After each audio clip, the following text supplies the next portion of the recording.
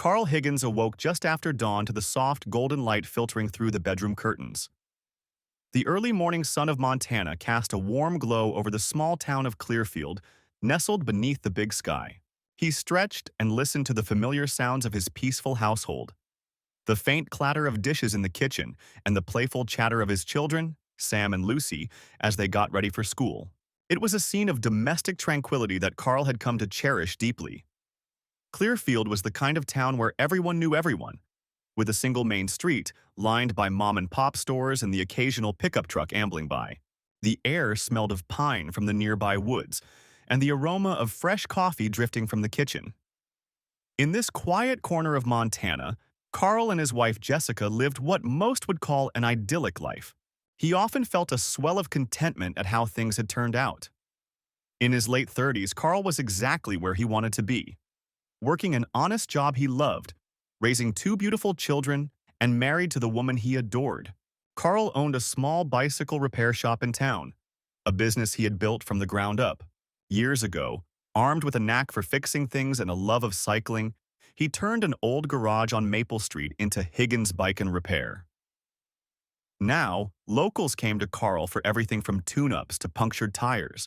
He was known as a friendly, reliable man who could fix just about anything on two wheels. Often he would greet customers with a gentle smile beneath his sandy brown beard, wipe grease from his hands, and ask about their families. His genuine warmth and honesty earned him respect around Clearfield. Parents trusted him to fix their kids' bikes, and the cycling enthusiasts of town treated his shop as a community hub. This morning was like any other. After washing up and pulling on a flannel shirt and jeans, Carl headed to the kitchen, drawn by the smell of fresh coffee. There he found Jessica standing at the counter pouring 2 cups, one for each of them. She looked up and greeted him with a soft smile, her hazel eyes crinkling at the corners. "Morning, honey," Jessica said, handing him a steaming mug. She was already dressed smartly for work in a charcoal skirt and a light blue blouse. Her chestnut brown hair swept into a neat bun. Even after all these years, Carl found her beautiful, the same college sweetheart he'd fallen in love with, just with a few more laugh lines that only made her more real and familiar. "Morning," he replied, leaning in to give her a peck on the cheek. He took the coffee and inhaled appreciatively. "Smells great. You always know exactly how I like it." Jessica chuckled lightly. "After 15 years, I'd better know how my husband takes his coffee," she teased. Carl smiled and moved to the stove, where the skillet was warm with scrambled eggs. His 12-year-old son Sam was already at the table, shoveling a forkful of eggs into his mouth with the unabashed hunger of a growing boy. Lucy, 10, sat across from her brother, swinging her legs as she nibbled toast with jelly. The morning sunshine lit up the kitchen's honey-colored wood cabinets and the cheerful checkered curtains Jessica had sewn herself a few summers ago. "Hey, save some for me," Carl said jokingly to Sam, ruffling the boy's sandy hair as he walked by. Sam looked up mid-bite and grinned through a mouthful of breakfast. "Better hurry, Dad," Sam mumbled after swallowing, "or I'll have eaten it all. You know how good Mom's eggs are." "High praise," Jessica responded with a laugh as she joined them at the table, coffee in one hand and the plate of eggs in the other. Carl sat down, and the family of 4 settled into their usual spots around the table. It was a familiar tableau of warmth and routine, the clink of cutlery, the kids' backpacks propped by the back door, the family calendar on the wall marked with school events and community picnics. "Lucy, don't forget we have your piano practice after school," Jessica reminded their daughter, who had started drawing shapes in the jam on her toast. Lucy's blonde pigtails bobbed as she nodded. "And Sam, you've got soccer practice at 5. Dad will pick you up from the field since I'll be a bit late today, okay?" "Sure, Mom," Sam said. Then he looked at Carl with bright eyes. "Can we ride our bikes home from practice if it's not dark yet?" Carl chuckled. Sam was always finding excuses to ride his bicycle, no surprise given his dad's line of work and love of bikes. "We'll see, bud. If you and the team don't run too late, maybe we can cycle back." "Deal." "Deal," Sam agreed enthusiastically and resumed eating with gusto. Carl sipped his coffee, enjoying the gentle start of the day and the simple pleasure of his family's company. These quiet mornings meant the world to him. It hadn't always been easy. No marriage or family life was perfect, but he and Jessica had built a solid life through teamwork and love. They had met in college, just a couple of idealistic kids back then. Jessica had been studying accounting and Carl engineering, though he left college a year early to help his ailing father with the family hardware store. Jessica finished her degree and stood by Carl when he took the risk of starting a bike repair business after his father passed. In those early days, money was tight and hours were long, but Jessica's unwavering support and Carl's determination got them through. Jessica eventually landed a stable job as a bookkeeper at Millstone Grocery, the biggest store in Clearfield. It wasn't a high-powered career like some of her college friends pursued in big cities, but it was honest work that helped support the family, and she seemed content with it. She was known around town for being meticulous and reliable, if a bit reserved, handling the store's finances with care. Carl often felt grateful that Jessica was not only his partner in love, but also in life's practical matters. They made a good team. His easygoing nature balanced her more detail-oriented approach. Their roles fell into a comfortable rhythm. Carl fixed bikes and ran the shop. Jessica balanced the books at work and at home. Together they juggled parenting duties. On weekends, they took the kids to the lake or had movie nights with popcorn in their cozy living room. After breakfast that morning, Carl helped clear the dishes while Jessica grabbed her briefcase and checked her wristwatch. "I've got to run. I'm helping with inventory at the store before we open today," she said, a hint of hurry in her voice. She gave Sam and Lucy quick kisses on the tops of their heads. "Have a great day at school, you two, and be good." "We will," Lucy piped, wiping off the little lipstick mark her mom left on her forehead, making a face that caused Sam to snicker. Jessica turned to Carl, who met her by the back door. "See you tonight," she said softly. Carl leaned in and this time kissed her lips, a gentle, familiar kiss that spoke of years of comfort and trust. "I'll have dinner ready," Carl said. "Be safe. Love you." "Love you too," Jessica replied automatically, flashing a last smile before heading out to her car. Carl watched through the kitchen window as Jessica backed the car out of the driveway, waving once before she disappeared down their quiet street. He felt, as he often did in such moments, a swell of affection and pride. They had built a life many would envy. A nice home that they'd saved up for, 2 healthy kids, steady jobs, and a community where neighbors looked out for each other. He turned to the kids. "All right, finish up and grab your bags. Time to get you to the bus stop," he said, clapping his hands lightly in a let's go gesture. A short while later, after shepherding a chorus of, "Where's my math workbook?" and "Dad, I can't find my other sneaker," Carl managed to get Sam and Lucy out the door. He walked with them to the corner, where the yellow school bus soon pulled up. The kids bounded on after giving their dad quick hugs. Carl stood for a moment, hands in his pockets, watching the bus trundle off down the tree-lined road. A contented smile lingered on his face. This was his routine, his world. By 8 a.m., he'd usually open up the bike shop for the day's customers. Before that, he often enjoyed a second cup of coffee on the front porch, listening to the distant crow of a rooster from a neighboring farm, or the quiet rustle of wind through the pines. Clearfield's pace of life was slow and steady, just the way he liked it.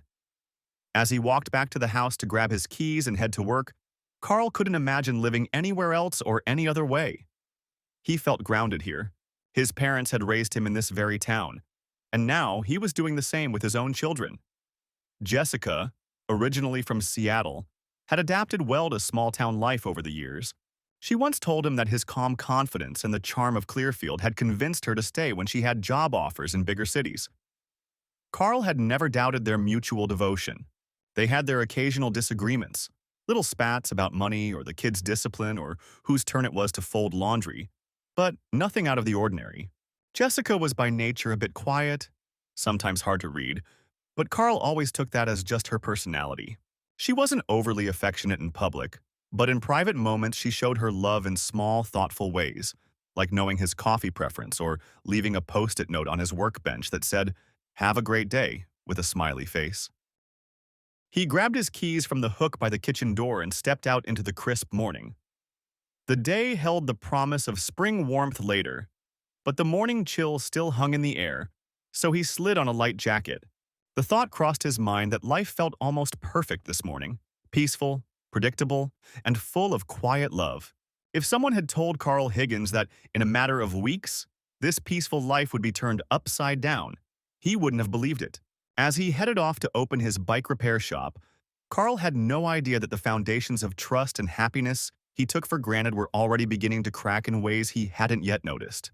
His calm life in Clearfield was about to be shattered, and nothing would ever be the same again. Chapter 2. An Unexpected Call.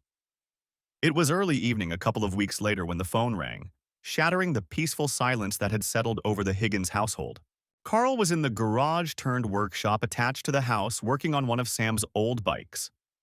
He had promised to restore the battered BMX for the upcoming school charity auction. The kids were upstairs doing their homework, and Jessica was out in the yard tending to her rose bushes in the last light of dusk. Through the open garage door, Carl could see her moving among the flower beds, trimming here and there, the waning sun casting a soft halo around her figure. The shrill ring of the landline phone, one of the few in town who still kept a landline for the nostalgia and reliability, cut through the calm. Carl wiped his greasy hands on a rag and walked into the kitchen to grab the receiver. "Hello, Higgins residence," he answered, expecting perhaps a telemarketer or one of the neighbors calling with a bike question. "Hey, Carl, it's Mark. Mark Thompson." The voice on the other end had a familiar timbre, but sounded uncertain, like the caller wasn't sure if dialing had been a good idea. Carl's face brightened at the sound of his old friend's name. He hadn't heard from Mark in a while. They'd grown up together in Clearfield, practically inseparable through high school, but life took them in different directions. Mark had moved to Washington State years ago for work. They kept in touch on birthdays and holidays with a quick call or text, but it wasn't common for Mark to ring out of the blue on a weekday evening. "Mark, hey, it's good to hear from you," Carl said, leaning against the kitchen counter. He cast a glance out the window to see Jessica still kneeling by her roses, oblivious to the phone call. "How've you been, man? How's Seattle treating you?" There was a pause on the line. I'm good. Seattle's good," Mark replied, but there was a strain in his voice that immediately caught Carl's attention. Carl frowned slightly, gripping the receiver. "Everything all right? You sound a little off." Mark exhaled on the other end. "Listen, Carl, I'm sorry to call out of the blue like this. I've been racking my brain for days about whether I should even say anything." Carl's heart skipped a beat. Something was definitely wrong. Mark sounded anxious, and Mark was not the type to get anxious easily. Carl straightened up, the rag still in his free hand. "Mark, we've been friends too long for you to dance around. Just tell me what's going on. Is it something with your family? Are you okay?" "I'm fine. It's not about me," Mark said quickly. Another pause. "It's about Jessica." The moment Mark said his wife's name, Carl felt a curious coldness drip through his veins. He glanced again automatically toward the yard. Jessica had stood up and was gathering her gardening tools, preparing to come inside. The sunset sky bathed her in orange and pink hues. Carl's stomach tightened inexplicably. "Jessica, what do you mean?" "Did something happen?" he asked slowly, confusion and a hint of dread creeping into his voice. "I wasn't sure if I should say anything," Mark continued, clearly uncomfortable. "But Carl, I know if our positions were reversed, I'd want you to tell me. So, look, I was in Spokane last weekend for a work thing." Carl interrupted, puzzled. "Spokane? As in Spokane, Washington?" "Yeah," Mark confirmed. "I was at this hotel downtown, the Davenport. My company had a training seminar there. Anyway, on Saturday night, I went down to the hotel bar with a couple colleagues and I saw someone there who looked an awful lot like Jessica." Carl felt his grip tighten on the phone. Spokane. Jessica had been in Spokane last weekend too, on a work trip, she'd said. She'd mentioned it casually a couple weeks prior. The grocery store chain was sending some employees to a regional conference. He remembered thinking it was odd since she didn't usually travel for work beyond an occasional day trip to the chain's main office in Billings. But he hadn't given it a second thought at the time. Companies did conferences and training sessions all the time, right? "You saw Jessica at the Davenport Hotel bar?" Carl repeated slowly, trying to keep his voice even though his pulse had quickened. On the other end of the line, Mark plunged forward. I thought it was her, but I wasn't certain, so I moved a bit closer. Carl, it was definitely Jessica. She was all dressed up, looking good, but she wasn't alone. Carl's mouth had gone dry. He swallowed hard, feeling a heavy weight settle in his chest. Through the kitchen doorway, he could hear Lucy reading aloud from a book, stumbling adorably over a word as Jessica gently corrected her pronunciation. A perfectly normal domestic scene, as if nothing at all was amiss. Carl's heart ached fiercely at that sound, because for the first time in their marriage he felt a seed of real doubt and fear. Was it possible? Could Jessica, his Jessica, truly be cheating on him? The very idea felt foreign and absurd, like something that happened to other people in gossip or television dramas, not to Carl and Jessica Higgins of Clearfield, Montana. He took a deep breath and tried to collect his thoughts. Mark had no reason to lie, and he had sounded genuinely upset. But people can mistake identities in dim hotel bars. A voice of denial piped up in Carl's head. Maybe it was someone who looked like Jessica, or maybe it was her. But the man was an old friend, and the kiss was a misinterpreted friendly gesture, or… Carl rubbed his temples. Mark's description left little room for an innocent interpretation, but Carl desperately wanted to believe his wife was faithful. She had never given him any obvious reason to suspect her. She was a devoted mother and a reliable partner. If something was going on, wouldn't he have seen some sign? He replayed recent weeks in his mind, searching for anything out of place. Jessica had been away that weekend in Spokane. She told him about it calmly, a simple work obligation. She texted him while there, pictures of the hotel's conference room, a selfie at dinner with a generic "miss you guys" message to him and the kids. Had anything in those messages hinted at deceit? He couldn't recall anything unusual. And before that? She'd been taking perhaps a few more overnight trips than in previous years, but she always had a work reason: an accounting seminar in Missoula, a management workshop in Spokane, a supplier meeting in Denver. They weren't frequent, just maybe one every couple of months. He remembered joking once that she was lucky to get out of town for a bit on the company's dime, and she smiled and said it was all pretty boring stuff, nothing to be jealous of. A small frown creased Carl's forehead. Now that he thought of it, these trips had all started over the past year or so. Before that, Jessica rarely traveled for work beyond a day trip. Had her company really increased their travel so much? Why hadn't he questioned it? Perhaps because she always provided reasonable explanations and he had no cause to distrust her. Now doubt gnawed at him. If Mark was right, then Jessica had woven an elaborate web of lies to carry on an affair behind his back. The notion made Carl feel physically ill. He steadied himself against the counter and took a long, shaky breath. He knew one thing for certain. He couldn't confront Jessica about this right now. Not until he had more than hearsay. The shock and gravity of what Mark told him threatened to erupt as anger or despair, and he did not want to lose control or accuse his wife without evidence. If he was wrong, he'd be damaging their trust for no reason, and if he was right… Carl swallowed hard at the thought, fists clenching unconsciously. If he was right, then he needed to know what he was truly facing. He thought of Sam and Lucy, how this would affect them if it were true. Their whole family could be upended. No, he would move cautiously. From the living room, Jessica called, "Carl, everything okay?" Likely noticing he hadn't come in yet. Her voice was casual, with only mild curiosity. Carl took one more second to compose himself, forcing a neutral tone. "Yeah, that was Mark Thompson on the phone. Old friend from high school. He just wanted to catch up," he replied, walking into the archway between the rooms. His mind raced as he tried to sound normal. Jessica looked up and smiled. "Oh, Mark, wow. I haven't heard that name in ages. He's doing all right?" Carl nodded, managing a faint smile. "Yeah, doing fine over in Washington. Sends his regards." It struck Carl with a pang how easily he lied in return. Perhaps the first real lie he had ever told his wife. The irony tasted bitter. "That's nice," Jessica said, seemingly unperturbed as she returned her attention to Lucy's book.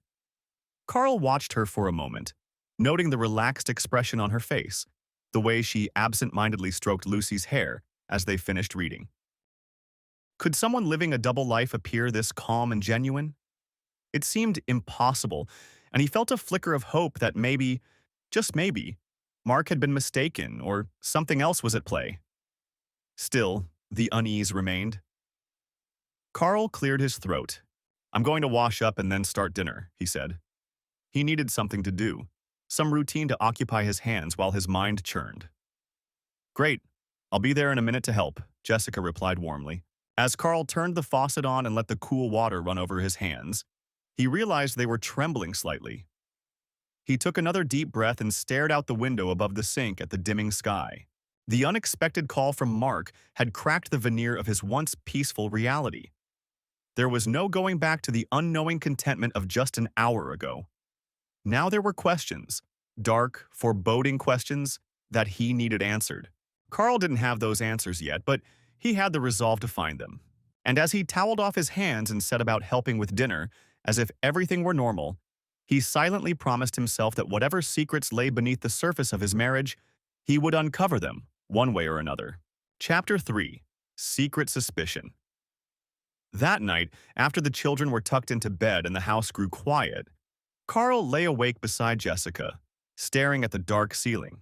Normally, he drifted to sleep easily, often exhausted from a day of work and family, but now his mind refused to rest. Jessica was sound asleep, her breathing slow and steady. In the faint glow of the moonlight coming through the window, Carl could see the peaceful outline of her face. It was hard to reconcile that serenity with the turmoil he felt inside. Every time he closed his eyes, he saw the scenes Mark described playing behind his eyelids. Jessica laughing with an unfamiliar man. Jessica being held by him. Jessica kissing him. Carl's stomach twisted painfully at the mental images he couldn't banish. He turned his head slightly on the pillow to actually look at his wife. She looked innocent as an angel in sleep, one arm tucked under her cheek. How could someone who felt like an integral part of his soul possibly be living a lie?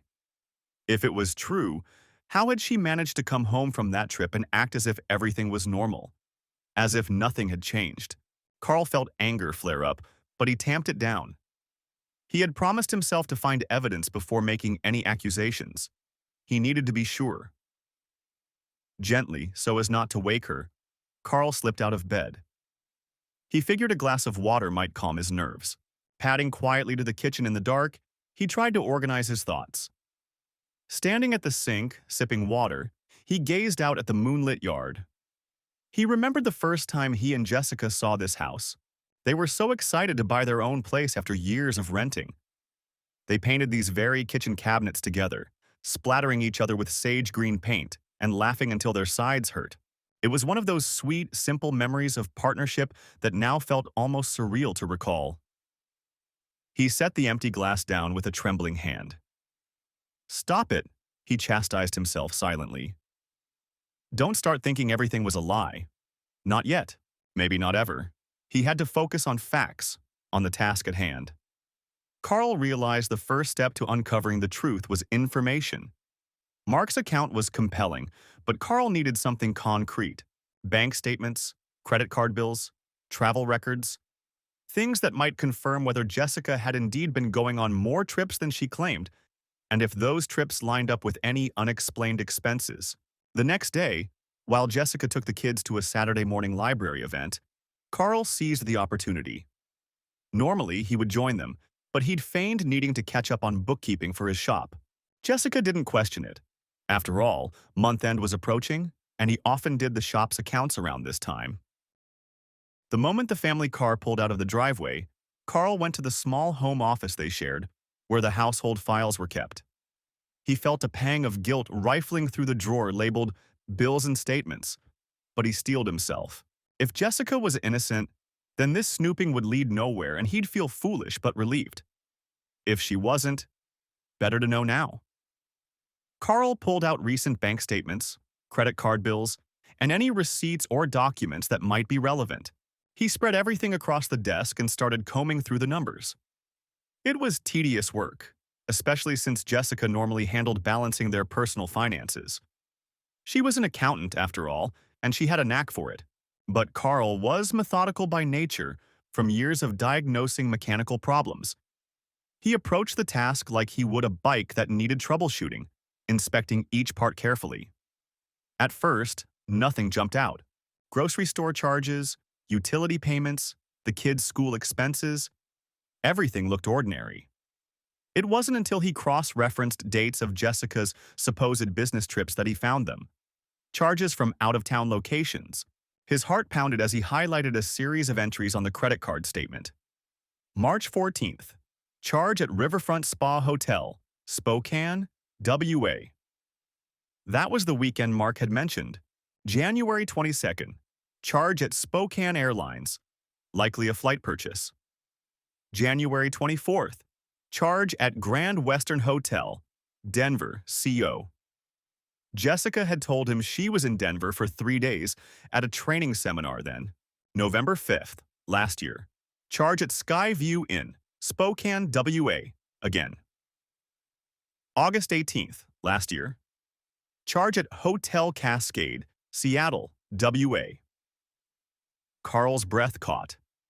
The pattern was undeniable. In the last year, Jessica had taken at least 4 trips requiring flights and hotel stays in various cities. Far more than what he remembered her ever doing before. Some she had mentioned, like Denver, but others, like Seattle, he didn't recall her ever explicitly telling him about. Perhaps she had framed that as a quick overnight to Billings or something innocuous. He realized that if Mark hadn't called, he might never have noticed these transactions in the sea of financial data. Jessica managed their bills and often paid the credit card, so he rarely scrutinized these statements. But now, the evidence was right in front of him. She really had been going to Spokane repeatedly, as well as other cities, ostensibly for work. The hotel in Spokane, Riverfront Spa Hotel, sounded upscale. The charge on March 14th aligned exactly with the dates she'd been away. Carl felt nauseous. She was at a spa hotel while he was at home with the kids, trusting she was at a conference. And Seattle in August? That was curious. He tried to think back. In August last year, she had gone to a week-long accounting software course in Billings, or so she'd said. Seattle was nowhere near Billings. That entire trip had been a lie, it seemed. His hands shook slightly as he took photos of these statements with his phone. Evidence, he thought grimly. He also dug through email printouts and found her flight confirmation for Denver, which was legitimate for that company training. But nothing printed for Seattle or those other Spokane trips. Possibly she kept those digital only to avoid him seeing paper trails, or she used her personal email. Carl moved to the computer and turned it on. He knew Jessica's password for the main user account. They shared the desktop computer for benign things like storing family photos and printing homework assignments, and there had never been secrets about accessing it. Once logged in, he opened her email program, feeling like he was prying open her private diary. But again, he reminded himself why he was doing this. Her personal Gmail account was logged in. He searched for keywords like ticket, flight, reservation, hotel, and then narrowed by date ranges. Sure enough, emails popped up that confirmed his suspicions further. An e-ticket from last August for a flight into Seattle-Tacoma International. A hotel reservation confirmation for Hotel Cascade Seattle for 3 nights under her name. A thank you email from Riverfront Spa Hotel for her stay in March, addressed to Jessica's email. She hadn't even bothered to delete these confirmations. Maybe she thought Carl would never snoop, or maybe she needed them for her records. Regardless, each email felt like a tiny dagger as he opened and read them. Carl clenched his jaw. The facts were aligning all too well with Mark's revelation. Jessica had an entire covert schedule of trips that went beyond what she'd told him. And given what Mark witnessed, it was very likely these trips were to meet the mystery man. Who was he? The question burned in Carl's mind. He rifled mentally through any clues. Mark's description: tall, dark hair, expensive suit. Not much to go on. Could it be someone from her past? An old friend or ex she reconnected with? Jessica hadn't kept in touch with many old flames as far as he knew. There was one serious boyfriend in college before him, but Carl only remembered a first name, James. It had been so long ago, and Jessica never talked about James beyond a casual mention that they dated during her sophomore year. Could this suited man be that same James from college? It was a wild guess, but he had nothing else. Carl leaned back in the desk chair, running his hands over his face. The betrayal was slowly solidifying from suspicion into reality. He felt a rush of anger so intense he had the urge to punch something. He took a deep breath, trying to steady himself. Now he knew she was likely cheating. But he needed proof of the actual affair, not just travel receipts. Mark's account was one thing, but Carl wanted undeniable evidence he could confront her with when the time came. Evidence she couldn't talk her way out of. Photos, videos, something concrete. He realized that meant he had to catch her in the act. Mark already had, in a way. But Carl felt he needed to see it with his own eyes, or at least capture it on camera. The next time she went on one of these trips, he would follow her, quietly and without warning. As if on cue, he heard the rumble of the car pulling back into the driveway. Jessica and the kids were home. Carl quickly closed the email and put the papers back as neatly as he could, leaving everything how he found it. He grabbed a random ledger from a shelf and opened it in front of him to appear as if he'd been buried in work. His heart was racing with adrenaline from what he'd uncovered and from the fear of being caught snooping. He took a couple of calming breaths just as he heard the front door open and Lucy's voice call out, "Dad, we're back!" "In here," he responded, forcing a lightness into his tone. He swiveled the office chair around and made himself smile as the kids bounded in with some new library books to show off. Jessica followed behind at a more leisurely pace, a paper coffee cup from the cafe in hand and a curious look on her face. "Did you get a lot done?" she asked, nodding toward the ledger. "Oh, a fair bit," Carl lied smoothly, patting the ledger. "Managed to reconcile some receipts. Boring stuff, really." Jessica smiled, seemingly satisfied, and leaned down to give him a peck on the cheek.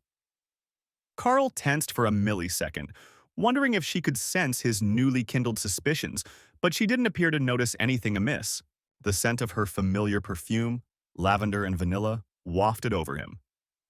It was the same perfume she'd worn on their dates years ago. For a moment, a wave of conflicting emotion threatened to rise in him.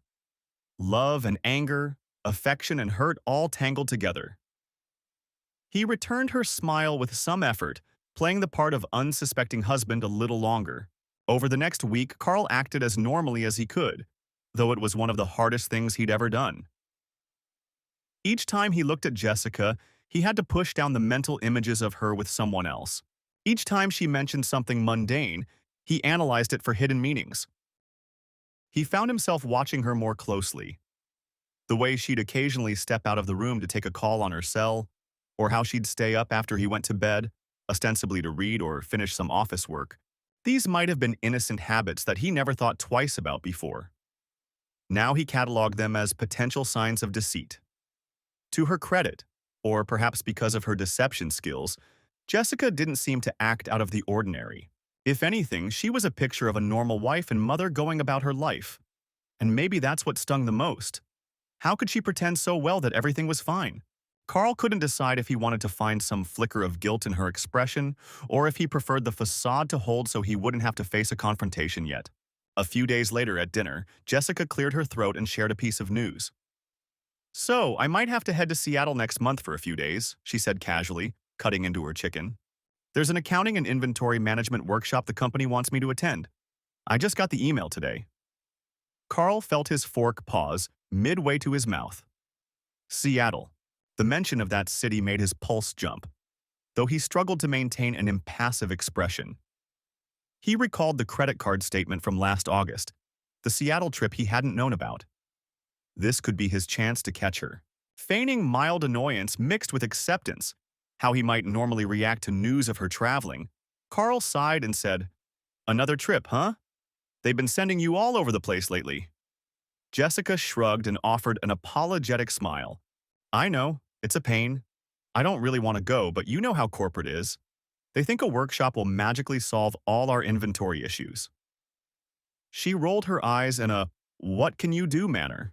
It sounded so convincing that Carl almost admired the performance. He poked at his food, trying to act like this was just another inconvenience. How long will it be? Probably just 3 days. They haven't set the exact dates yet, but likely mid-month. I'll get more details soon. I'm hoping if I have to go, maybe I can catch a Mariners game in the evening or something fun. I've never really visited Seattle properly even though I fly through there. Small silver linings, right? Jessica responded. There was no hint of nervousness in her voice. She sounded genuinely like someone who saw the trip as a mild hassle with a potential tiny perk. Carl nodded, forcing a chuckle. Yeah, if you've got to go, might as well see a bit of the city. Just stay safe. Seattle's huge compared to our little corner. Don't worry, I'll be fine, she said, smiling. Sam piped up then, oblivious to the subtext that only Carl was aware of. Bring us back something, Mom. Maybe some Seahawks jerseys, he joked. Jessica laughed. We'll see, sport. You two focus on finishing your homework while I'm gone. That'll be souvenir enough for me. The conversation moved on, but Carl's thoughts remained laser-focused. Mid-month, Seattle. He'd be ready. Over the next couple of weeks, as Jessica's trip firmed up, Carl quietly made his own plans. He arranged for the kids to stay with his sister in nearby Bozeman during those days, telling Jessica that his sister had offered to have a cousin sleepover since it coincided with a school break. It was convenient. Lucy and Sam were excited at the idea of a mini vacation with their cousins, and Jessica thought nothing of it, even thanking Carl for arranging childcare while she'd be out of town. Carl also prepped things at his bike shop to be handled by his assistant for a few days. He concocted a little white lie for anyone who asked. He was going fishing up north for a brief vacation. In a small town, people asked if you weren't around, and he needed a simple story. When the day came for Jessica's Seattle trip, Carl was wound tight with anticipation and dread. That morning, he loaded the kids into the car to drop them at his sister's, giving each of them a long hug. Longer than usual. He felt like he was about to step off a cliff and he wasn't sure what the landing would look like for their family. Lucy giggled at his extra tight squeeze. Daddy, we're just going for 3 days, she said, unaware of the deeper reason for her father's embrace. I know, Carl said, mustering a smile. I'll miss you is all. Be good for Aunt Marcia. Okay, both kids chimed, and they were off in a flurry of excitement for their little trip. Returning home, Carl found Jessica finishing her own packing.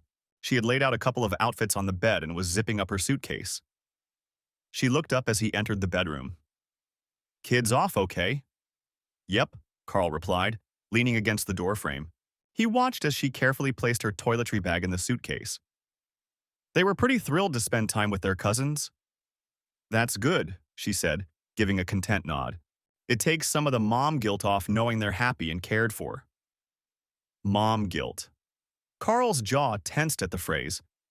If only that were the biggest guilt she should be feeling, he thought bitterly. But he held his tongue and simply crossed the room to help her with the suitcase. I can manage, she said, but he gently took it anyway. I'll put it in the car for you. Got your flight details handy? He asked. She picked up her phone from the nightstand and showed him the screen. Flight's at 11:30. I should probably leave in the next half hour to get to the airport on time. I'll drive you, Carl offered calmly. Jessica gave him a surprised smile. You don't have to do that. I was just going to leave the car in long-term parking. Nah, I want to, Carl said, meeting her eyes. He knew her routine. If he drove her, he'd see which flight she got on and eliminate any doubt. Plus, a part of him just needed to see this through every step. Besides, parking fees are highway robbery. I'll drop you off and pick you up. What day do you get back? Wednesday, around 4 p.m., she said. I appreciate it. They finished up, and as they got into the car and drove toward the airport in Billings, about an hour's drive from Clearfield, Carl kept the conversation light. Jessica chatted about the workshop topics, complaining half-heartedly about boring spreadsheets and how she'd rather be home. Carl nodded at the right times, but mostly his mind was on what was to come. His camera was in the trunk. He'd bought a good digital camera with a zoom lens specifically for this, under the guise of for photographing bikes for online listings. He had his own suitcase packed and hidden beneath a blanket in the back seat, ready for his own flight following hers. At the airport curb, Carl helped Jessica out with her luggage. For a moment, standing there in the bustling drop-off zone, she looked at him with an expression that seemed genuinely affectionate. She stepped forward and gave him a warm hug. "Thank you for driving me," she said softly into his shoulder. "I'll call you tonight, okay? I already miss you." Carl closed his eyes briefly, savoring and at the same time aching from her embrace. It felt real, her missing him. Could she truly compartmentalize her life so much that she felt this way about him while off to see another man? Or was this all just part of the charade? He forced a smile as they separated. "Stay safe, Jess. Love you," he said, the words heavy on his tongue as conflicting feelings roiled inside. "Love you too," she replied, then wheeled her suitcase toward the terminal, waving once before joining the crowd through the glass doors. Carl stood there a moment, the cool spring breeze ruffling his hair, heart thudding. That might be the last time she ever says "I love you" without knowing he's onto her, he thought with a lump in his throat. Steeling himself, he got back into the car and drove to the parking area. He wasn't flying out of Billings. Too risky she'd see him. Instead, he had a flight out of Bozeman in a couple of hours. It was a longer drive but a different route and airport, and he'd purposely chosen a flight that would land in Seattle just after hers. Everything felt surreal as he parked the car in long-term parking under the excuse that his friend would pick it up later, as part of his fishing trip lie, and then took a shuttle to the bus station. From there, he caught a bus to Bozeman, then a flight to Seattle. It was a lot of logistics, but he'd mapped it all out. Jessica would never spot him amidst those plans. During the flight to Seattle, Carl stared out the window at the clouds, rehearsing his plan. Once he landed, he'd go to the same hotel Jessica was booked at. She had innocently told him which one when discussing her itinerary, and he had verified it via the email he saw. He had reserved a room at a different hotel just across the street to maintain some distance. He'd surveilled discreetly with the camera, gathering visual proof of any meetings between Jessica and whoever this mystery man was. He just prayed the opportunity would present itself. If Mark's sighting was accurate, Jessica might be meeting the man right away tonight. As the plane touched down in Seattle under a drizzly gray sky, Carl felt a knot of anxiety in his stomach, but also a hardened resolve. It was time to uncover the truth, no matter how painful it would be. Chapter 4. The Secret Revealed. Seattle's evening lights glittered through a haze of light rain as Carl settled into position across the street from the downtown hotel where Jessica was staying. The Hotel Arcadia was a tall, modern building with a grand lobby visible through glass doors. From Carl's vantage point, just inside a coffee shop across the way, he had a clear line of sight to the entrance. A digital camera hung from a strap around his neck, and his heart hammered in his chest with anxious anticipation. It was nearing 7 p.m. Jessica's flight would have landed a couple of hours ago, and she presumably had checked in by now. If she was here to meet the mystery man, Carl figured they'd likely connect around dinner time. Perhaps she'd claimed she needed to rest or prepare for the workshop, but instead, she'd be going out with him.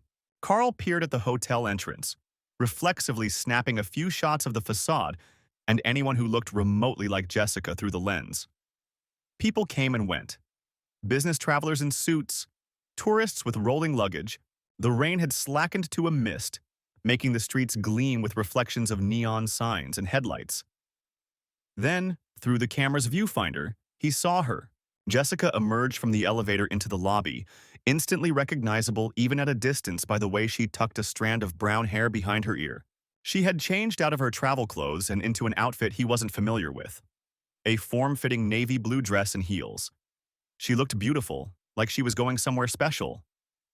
Carl's chest constricted at the sight. He snapped a photo, hands trembling slightly. Jessica lingered in the lobby, checking her phone and glancing toward the entrance as if waiting for someone. Carl lowered the camera for a moment to observe with his own eyes. Even from across the street, he could sense her excitement. She shifted her weight, smoothed her dress, and looked around with a small, anticipatory smile. It was a posture he remembered from years ago. She had looked that way the night he proposed to her, nervously excited, expecting something wonderful. The memory stabbed at him painfully. A sleek black town car pulled up to the front of the hotel. The doorman hurried to open the car's door, and out stepped a tall man in a sharp charcoal gray suit.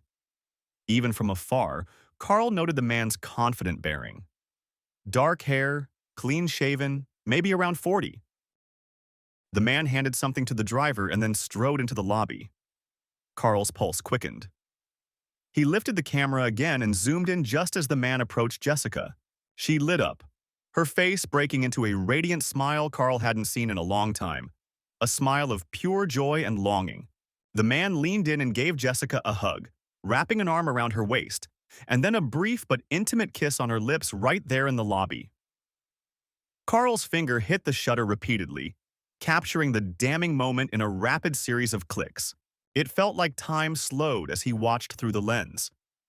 Jessica closing her eyes as she kissed this stranger. No, not a stranger. A name suddenly resonated in Carl's mind, dredged up from old conversations. James. In college, Jessica's serious boyfriend had been named James. Could it be the same man? He remembered Jessica mentioning James a few times casually, never in great detail. Just that they had dated during her sophomore and junior years, and he was a business major, a go-getter type. Carl had never given him much thought since that was long before he and Jessica got together. But now he had a sinking feeling that this was indeed that James. The age and timing fit. The familiarity and warmth between them suggested a long-standing connection. Carl's head swam. He continued to take photos as Jessica and the man, James, Carl presumed, held hands and walked out of the hotel together. They passed just a few yards from where Carl was positioned, separated only by a pane of glass and the darkness outside concealing him. He could see Jessica's face clearly now, her eyes shining as she gazed up at James, who said something that made her laugh lightly. They looked like a couple very much in love, comfortable in each other's presence. It took all of Carl's willpower not to burst out of the coffee shop and confront them right there. A surge of anger flashed through him, hot and sudden. How dare they? How dare Jessica wear that loving expression for someone else, the very one she used to reserve for him? How dare this James slide back into their lives and steal his wife's affections? Carl's hands clenched around the camera, his knuckles white. He forced himself to stay put. Confronting them now, in the middle of Seattle with no plan, no backup, would likely just result in a scene and maybe even legal trouble. And then what? He'd have shown his hand without thinking through the consequences. He had to stick to the plan, gather evidence, then decide on a course of action. So instead, Carl stood as they moved out of view, exiting his cover in the coffee shop to tail them at a safe distance. The drizzle had picked up again, so he pulled up the hood of his jacket. The city bustle provided good cover. Plenty of people were walking the sidewalks with umbrellas or hurrying to dinner. So one more man in a jacket drew no notice. Jessica and James strolled down the block, hand in hand. Carl stayed on the opposite side of the street, hanging back but keeping them in sight. They turned the corner onto a more secluded side street lined with upscale restaurants. Neon signs advertised sushi here, Italian there. Finally, they entered an intimate little restaurant with frosted glass windows, the kind of place that looked candlelit inside. A discreet sign by the door read, La Bella Luna, reservations only. Carl positioned himself diagonally across the street, partially sheltered by an awning of a closed boutique. From there, he could see through a gap in the frosted restaurant window when the door opened as new diners entered. He snapped a picture of the two checking in with the hostess. Jessica was laughing at something James said, and James had a proprietary hand on the small of her back. Carl felt his mouth go dry and his heartbeat thud in his ears. He had never seen Jessica like this with anyone but him. The natural intimacy, the familiarity. It spoke of a long affair just as he feared. Not a fling, not a one-time mistake, but an ongoing romance. How long had she been deceiving him? Months at least, if not longer. Could it be a year or more? Possibly, given the timeline of those trips he'd uncovered. The realization made his stomach churn. The rain started coming down harder. Carl was getting damp, but he hardly noticed. A swirl of emotions battered him. Pain, betrayal, anger, even a twisted kind of relief to finally see the truth with his own eyes. The truth hurt. God, it hurt more than he imagined. But now there was no doubt. The life he thought he had with Jessica was a lie, at least in part. That quiet, loving wife who kissed him goodbye and said she missed him was behind his back, passionately entwined with another man. He waited outside for over an hour, catching occasional glimpses of Jessica and James through the window when the door opened or when a server passed by. They were seated at a corner table, heads close together. At one point, through the camera's zoom, Carl caught Jessica reaching across to squeeze James's hand, affectionately as they talked over wine. He captured that moment, a lump forming in his throat. The ache inside him was profound. Here he was, standing in the pouring rain, watching his wife share an intimate dinner with someone else in a warm, cozy restaurant.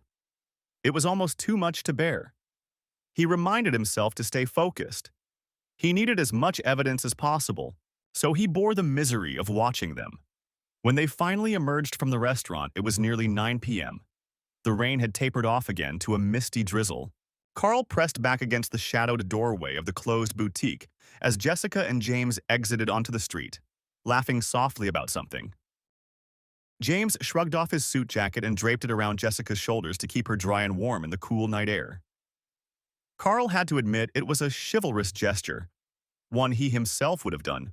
Seeing it performed by another man for Jessica caused a fresh stab of jealousy alongside the heartbreak. They didn't seem in a rush as they wandered back toward the hotel. Carl followed at a distance, careful to remain unseen.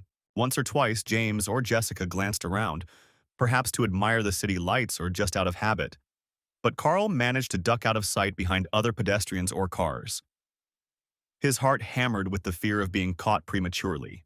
Back at Hotel Arcadia, the doorman opened the door for the couple and tipped his hat. Carl slipped into the lobby after them, far enough behind to not attract Jessica's attention if she happened to look back. They headed for the elevators. Carl hung back near a large potted plant in the lobby, lifting the camera once more. As Jessica pressed the elevator button, James stepped close behind her. She turned and he kissed her again, longer this time, thinking they had privacy. Carl photographed it, each click feeling like a twist of the knife. Jessica was practically glowing, her arms looping around James's neck in the embrace. It was a vision of a woman in love, and it broke Carl's heart. She had never looked at him with such abandon in recent years. Had she ever? Perhaps in the early days. But this is what she had become with someone else. Open, passionate, unguarded. The elevator doors opened and they stepped in together. Just before the doors shut, Carl moved forward enough to see them inside. They were standing close, and James said something quietly as he brushed a finger under Jessica's chin. She smiled and blushed like a schoolgirl. That expression on his wife's face was the last thing Carl saw before the elevator whisked the lovers up, presumably to her room, or perhaps to his, though likely hers given the reservation. Carl stood there in the emptying lobby, rainwater dripping from his jacket onto the marble floor, his camera heavy in his hands. He realized he had been holding his breath and finally exhaled, a shaky, ragged breath that nearly became a sob. The concierge behind the front desk was eyeing him curiously, so Carl quickly moved to the side, pretending to fiddle with his camera settings as if he were just a tourist reviewing photos. Inside, he felt as though his world had truly collapsed. The hope that some innocent explanation might exist was gone. He had just witnessed infidelity in all its clarity. His wife was upstairs in that hotel, right now likely in the arms of another man, possibly doing things that Carl couldn't bear to imagine. The thought was like a white-hot poker of pain and rage combined. He left the lobby swiftly, afraid he might either break down or lash out and draw attention. Outside, the cool air hit his face. He walked a block, not exactly sure where he was going. He ended up by a small park plaza, deserted at this late hour, with only the sound of a trickling fountain and distant traffic horns. There, in the shadows, Carl sank onto a bench and let himself feel the full weight of what he'd seen. He wanted to scream, but he couldn't. He wanted to cry, but only a few tears came, hot and stinging at the corners of his eyes, quickly blinked away in his fury. Mostly, he felt a numbness creeping in as his mind tried to protect him from the onslaught of pain. Images from the evening replayed mercilessly. Jessica smiling at James, their kiss, their intimate dinner, the way she leaned into him. Eventually, anger began to overtake the sorrow. Carl clenched his fists and his jaw tightened as he thought about the deception, the lies, and the disrespect for him and for their children and the life they'd built. How could she throw all that away? And for what? Some rekindled flame from her past? Did she think the rules didn't apply to her? That she could have this secret double life without hurting anyone? He didn't buy for a second that she intended to keep it harmless. She had methodically orchestrated travel under false pretenses to spend time with James. This wasn't a moment of weakness or a one-time indiscretion. It was a calculated betrayal, carried out again and again. As rain droplets speckled his face, Carl made a vow to himself. He would not let this stand. He deserved better. Sam and Lucy deserved better. If Jessica wanted to tear apart their family for the sake of an old lover, then she would have to face the consequences of those actions. And James, whoever he truly was, had decided to seduce a married woman and break a family. He too would face consequences. Carl realized with cold clarity that confronting them tonight in a fit of rage would have been satisfying only for an instant, and probably disastrous after. A public screaming match or a brawl might have landed him in jail or worse, and then who would protect his kids or see this through? No, he needed to be smart and patient. He needed a plan that would not just expose the affair, but ensure that both Jessica and James felt the full weight of their betrayal. He looked down at the camera in his lap, rain droplets glistening on its casing. Inside were dozens of photos documenting everything. It was more than enough proof of infidelity for a divorce court, certainly. But Carl's thoughts were going beyond just ending his marriage.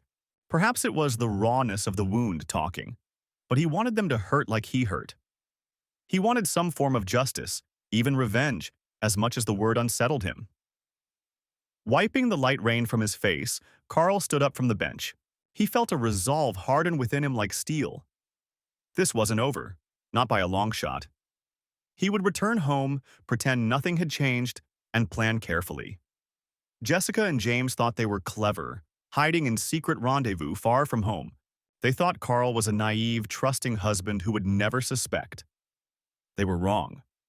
He started walking back toward his hotel, steps quickening with purpose. He already had an idea forming in his mind, fueled by the memory of those cozy whispers he saw through the restaurant window and the gut-wrenching betrayal he felt. If James was indeed some high-flying businessman, as indicated by the fancy suit and expensive restaurant, then perhaps James had vulnerabilities of his own.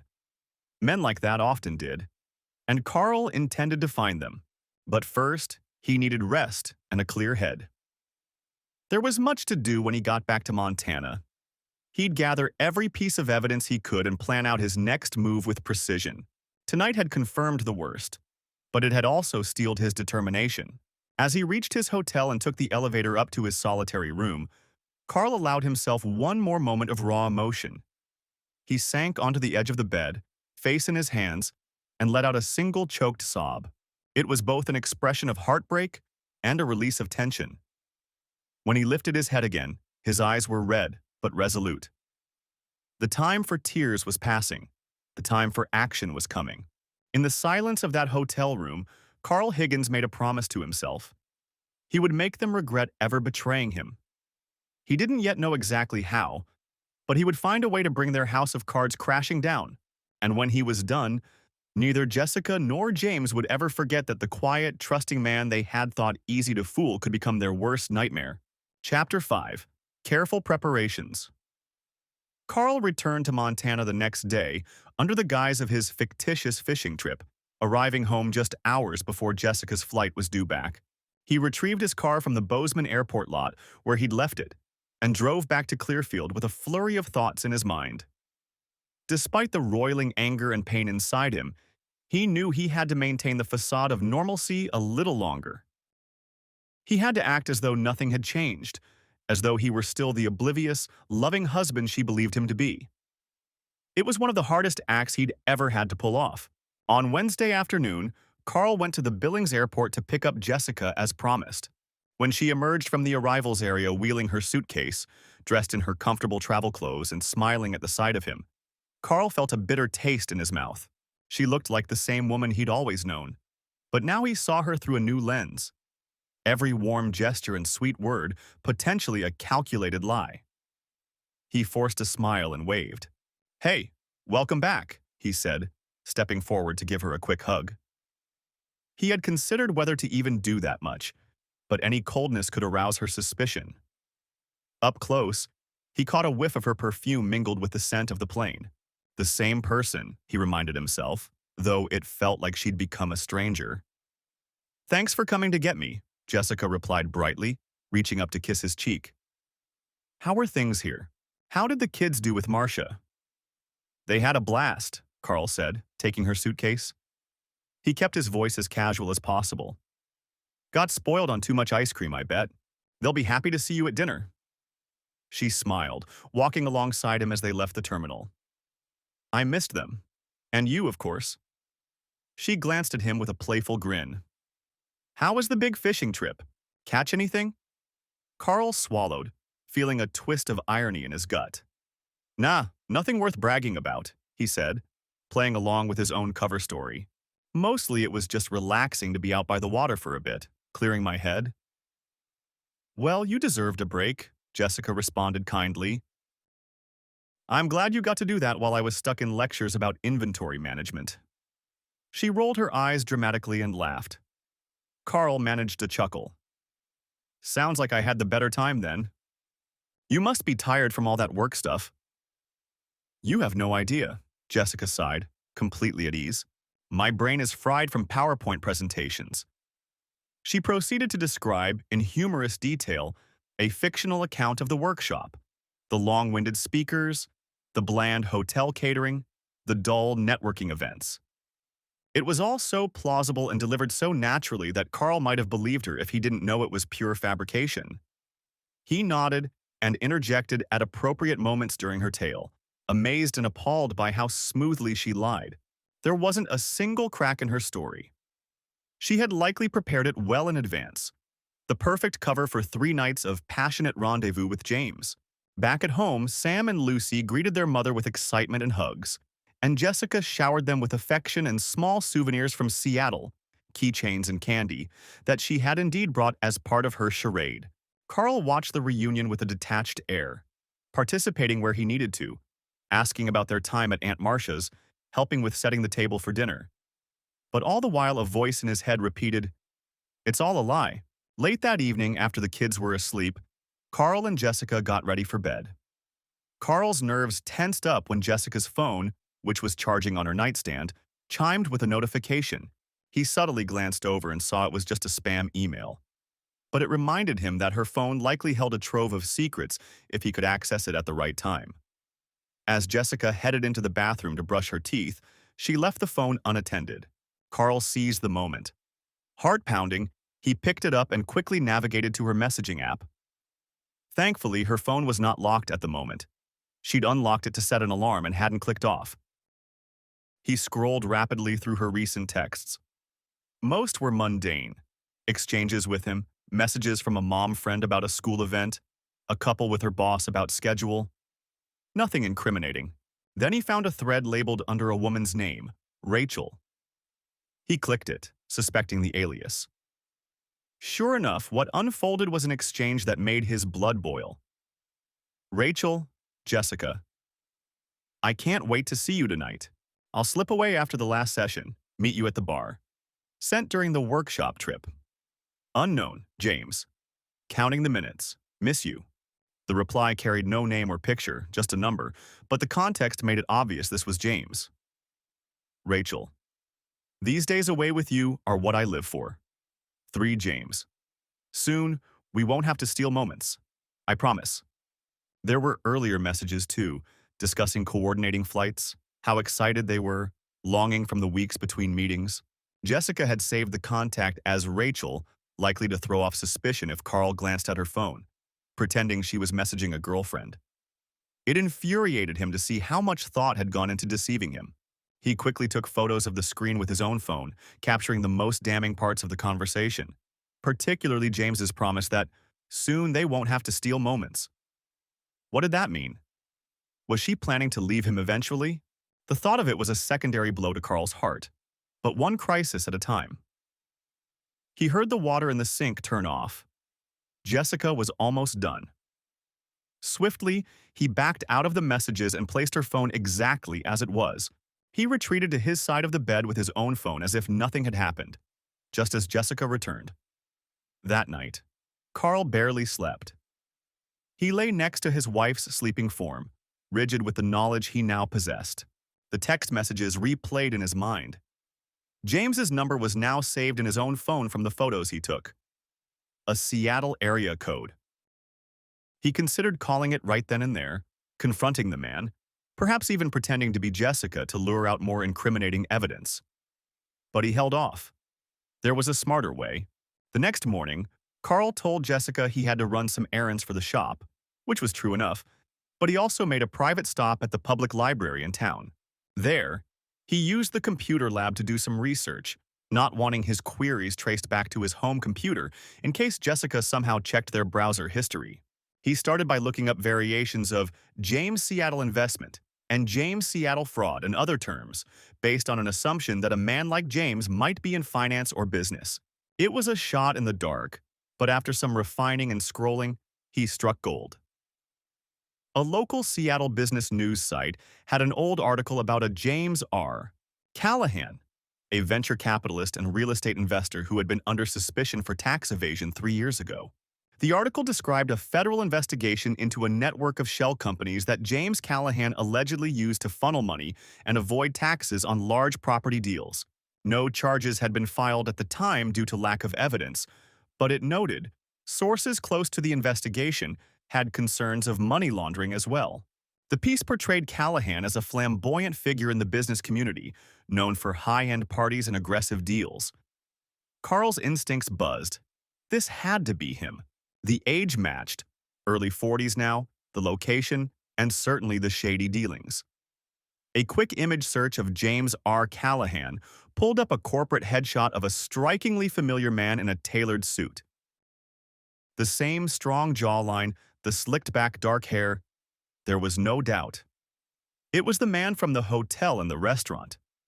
James. Carl printed the article and the photo, his mind already connecting dots. So, Mr. Callahan was not just a cheating boyfriend, but a criminal who'd managed to slip through the cracks. And Jessica had likely fallen for his wealth and charm, unaware or unconcerned with his illegal activities. Or had she helped? No, Carl thought. She wouldn't have known about that. Though at this point he wasn't sure what she was or wasn't capable of. He delved deeper. Over the next week, during every spare moment he could find, Carl gathered more information. He discreetly contacted a lawyer friend of his late father in Billings, under the guise of hypothetically asking about a business dispute. From that conversation, he learned how public records could be accessed for corporate filings and lawsuits.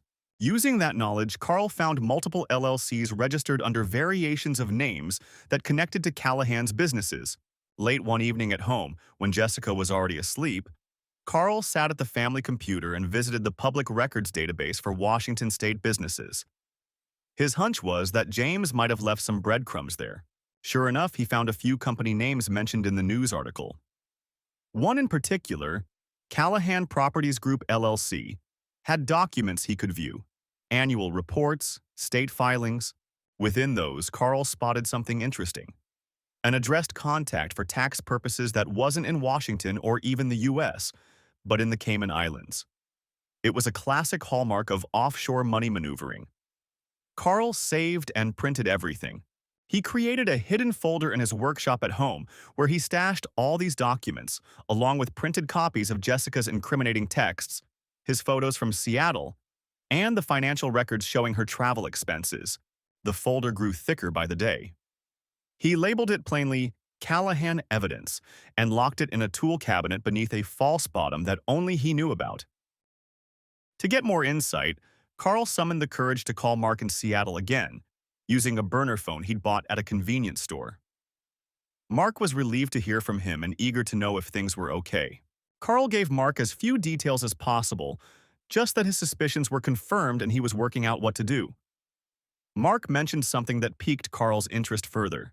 By the way, Mark said on the call, I did some digging on that guy I saw with Jess. I recognized him a couple days later on TV of all places. There was some local news segment about a tech investment conference, and he was being interviewed. They called him James Callahan. Carl smirked at the timing. Yeah, I know. I found a lot on him. He's bad news, Mark, in more ways than one. I'm really sorry, Carl, Mark said, voice heavy. I can't believe Jess would get mixed up with someone like that. Me neither, Carl replied, steel in his voice. But thanks to you, I'm not in the dark anymore. Listen, there's a conference or something coming up, I heard. Do you know anything about it? Where he might be appearing? Oh, the Northwest Investment Summit? It's actually in Seattle next month, Mark said, recalling the TV piece. They mentioned it. I think he's one of the keynote speakers. Big public event, lots of press and industry folks. Carl's heartbeat quickened. This was exactly the kind of opportunity he was looking for. That's perfect, he murmured. Perfect for what? Mark asked, cautious curiosity in his tone. Carl hesitated, then spoke quietly into the phone. I'm going to expose him, Mark. Publicly. I want everyone to see what he really is. And Jess? She's going to see who she's thrown her lot in with. It's time this all came out. Mark was silent for a moment, then he breathed out. Just be careful, okay? That sounds risky, but if you're set on it, I've got your back any way I can help. Thanks, Carl said sincerely. I'll let you know if I need backup. For now, keep this between us. Of course, Mark agreed. Over the following weeks, Carl meticulously planned his next move. The Northwest Investment Summit was a high-profile event, and James Callahan was indeed listed on the program as a featured speaker on a panel about venture capital in emerging markets. It was open to industry professionals, entrepreneurs, and media. Registration was expensive, but not restricted to invite only. Carl didn't blink at the fee. He'd pay it and register under his name or even an alias if needed. He assembled a package of evidence that would make maximum impact. Copies of the financial records indicating James's offshore accounts and shell companies. Printouts of the news article and any other media mention of the past investigation. A concise summary he wrote up explaining how James's schemes worked, citing the documents he had. And, for personal measure, a few of the most damning photographs of James and Jessica together, to tie the revelation of professional misconduct with proof of his personal dishonor. Carl wanted to hit him on all fronts. He debated whether to include Jessica's name explicitly. On one hand, he didn't want to drag his children's mother through the mud publicly more than necessary. On the other, he felt she deserved some share of the fallout for what she'd done. In the end, he prepared the photos without names attached. The images would speak for themselves, and those who knew would know.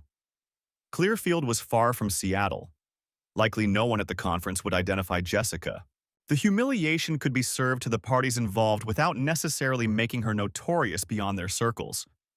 During this period, Carl treated Jessica with a cool but polite demeanor. If she noticed anything off, she didn't press it. She may have written it off to him being preoccupied with work or lingering grouchiness over her being away. They were civil, even friendly in front of the kids, but he avoided intimate moments, claiming fatigue or busying himself with tasks. Jessica didn't push for closeness. Perhaps her guilt made her keep some distance, or perhaps she was too distracted with her secret life to notice. At night, Carl often slept in his workshop or on the couch under the pretense of falling asleep watching TV. He couldn't stand lying in bed next to her, feigning ignorance, listening to her breathe while knowing she had whispered love to another man days before. On one occasion, in a half-sleep daze, Jessica had murmured something and rested a hand on his shoulder as if to cuddle in the early morning. Carl had gone stiff, and she withdrew, perhaps thinking he was still asleep. He never knew if she sensed his withdrawal. She said nothing. Finally, the day of the conference arrived. Carl had everything ready. A plane ticket back to Seattle, this time openly. He told Jessica he was heading out of town for a supplier meeting related to his bike shop. His packet of evidence neatly organized in a briefcase, and a determination burning inside him like fire. Jessica didn't question him much. Perhaps in her mind it was fair turnaround for her own trip, and she likely was planning to see James again soon anyway. So better that Carl was out of town. As he parted with a terse hug, Jessica offered a "good luck with the supplier talks and love you." Carl simply nodded and said, "Take care. See you in a few days." He couldn't bring himself to echo the sentiment. If she noticed, she gave no sign, but as he walked away, he let a scowl briefly twist his face where she couldn't see it. On the flight to Seattle, Carl reviewed his plan over and over. He would attend the panel where James was speaking, likely near the end when they opened up for questions, or perhaps even interrupt if needed. The goal was to make a public accusation that couldn't be ignored or swept under the rug, one backed by irrefutable evidence. In a room full of investors and press, such a bombshell would cause an uproar, and more importantly, law enforcement would almost certainly step in once the evidence was out in the open. He wasn't naive. Carl knew exposing James in this way would likely blow back on his own personal life. It meant the end of his marriage for certain, but that end was inevitable now. It also meant public embarrassment, but in a strange way he felt almost liberated by that thought. The lie would be over. Everything would be in the open, and he could finally stop pretending. As the plane descended towards Seattle, slicing through gray clouds, Carl powered off his laptop and peered out at the city skyline coming into view. Last time he was here, he had been an unseen observer, a man discovering his life's betrayal under the cover of anonymity. This time, he was coming with the intent to be seen and heard, to make a stand and reclaim his dignity, and perhaps even play a part in bringing a criminal to justice. He gently patted the briefcase at his feet. Inside it lay the fruits of his careful preparation. He had double and triple checked everything. This was it. The moment of reckoning was at hand. Chapter 6. The Moment of Truth. The Northwest Investment Summit was in full swing in a large conference hall of a downtown Seattle hotel. Tall banners welcomed attendees to a world of finance and innovation. Inside the main ballroom, rows of chairs faced a stage where a panel of distinguished speakers addressed a crowd of several hundred entrepreneurs, investors, and journalists. Chandeliers cast a bright light over the proceedings, and a few media cameras were stationed at the sides to film key segments. Carl sat midway back in the audience, a conference badge around his neck that identified him as C. Higgins, Clearfield Cycle Co. He doubted anyone would question a supposed small business owner's presence here. Plenty of attendees were small company founders looking for investors. No one would suspect he had come with a far more personal agenda. Up on the stage, at a long table with microphones, sat 4 men. Front and center among them, confidently speaking about leveraging emerging markets, was James Callahan. Dressed impeccably in another expensive suit and silk tie, he looked completely at ease, charming the audience with a charismatic smile and witty anecdotes about his successes. To anyone else, he was an impressive, seasoned businessman sharing wisdom. To Carl, he was a deceitful criminal and a homewrecker, sitting smug and unpunished. Carl's grip tightened on the briefcase in his lap. He forced himself to appear calm, taking notes on a notepad as if interested in the discussion. But inside, adrenaline coursed through him. He glanced discreetly to his right, where Mark had indeed come along and taken a seat a couple of chairs over. Mark gave him the faintest nod. They had gone over the plan. Carl would make the stand, and Mark would be ready to assist, possibly by recording the moment on his phone and helping distribute the evidence packets Carl had prepared. On stage, the moderator announced that they would open up to audience questions in a few minutes. This was Carl's window. He had to time it right, grab the microphone early before they could move on, and make sure his voice carried. He could feel his heart thudding as a couple of audience members raised their hands and asked typical questions about market trends. Carl half listened, waiting. He could sense the anticipation in himself like a coiled spring. Finally, he raised his own hand deliberately. The moderator acknowledged him. A staffer brought a portable wireless microphone over. Carl stood up, feeling every eye in the vicinity turn toward him. His palms were slightly sweaty, but he steadied the mic. His voice came out remarkably clear and firm, betraying none of the quake inside. "My question is for Mr. Callahan," he began. James looked at him attentively, utterly unaware of who this stranger was. "Go ahead," he said with a polite nod, the confident half-smile still on his face. Carl drew a breath. "Mr. Callahan, you've spoken a lot about transparency and trust in emerging markets," he said loudly, projecting his voice across the hall. My question is, could you explain the lack of transparency in your own business dealings?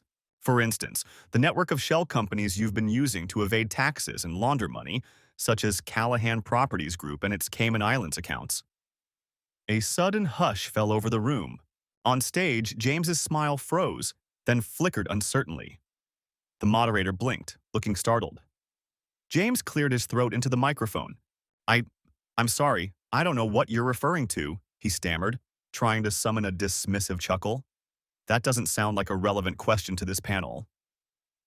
But Carl wasn't about to be deterred. His voice hardened, ringing out stronger. It's very relevant, Mr. Callahan, because it speaks to credibility. Would you like me to elaborate? I have here documents. He raised the briefcase, unlocking it swiftly and pulling out a stack of papers. Documents that show how money from your investors was siphoned into at least 3 shell companies over the past 5 years. And how taxes were never paid on millions of dollars of that because it ended up in offshore accounts under your control. A collective gasp and murmur swept through the audience. People were craning their necks, whispering. A few journalists had already stood up from their seats, alert. On stage, James Callahan's face had gone pale. "This is outrageous," he blustered into the mic, though his voice wavered. "I don't know who you are, sir, but you are making slanderous accusations. If you have any evidence, I suggest you take it up in the proper legal channels." Carl barked a short, humorless laugh. "Oh, I intend to. In fact, copies of these documents are being delivered to the IRS and FBI as we speak."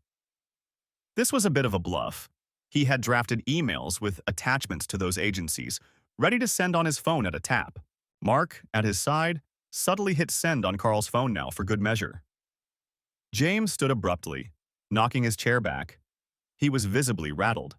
This man is lying," he insisted to the crowd, but one of his fellow panelists had already slid his chair a few inches away, eyeing James warily.